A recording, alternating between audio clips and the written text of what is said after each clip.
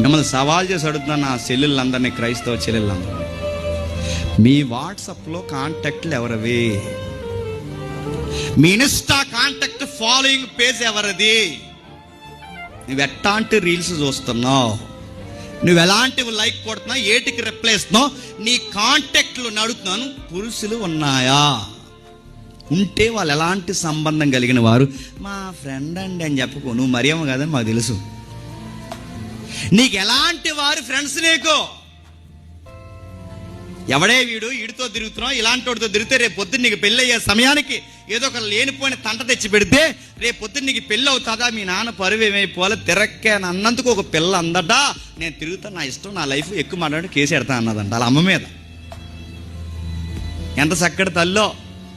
మరో తల్లి అందట, తిరక్కే ఆ అబ్బాయిలు బండి ఎక్కి దిగుతున్నా, రేపు పొద్దున్న ఏమన్నా అయితే ఏమవుతుంది, నీతోనే పోతుందా, మా జీవితాలు కూడా రోడ్డు ఎక్కుతాయంటే అలా అత్తమాల వాళ్ళ అమ్మ అడుగుతుందని చెప్పి మెడక సున్ని ఏంచి బాయ్ ఫ్రెండ్ ఈవిడ కలిసి చంపేశాడు. ఎవరిని? వాళ్ళ అమ్మని.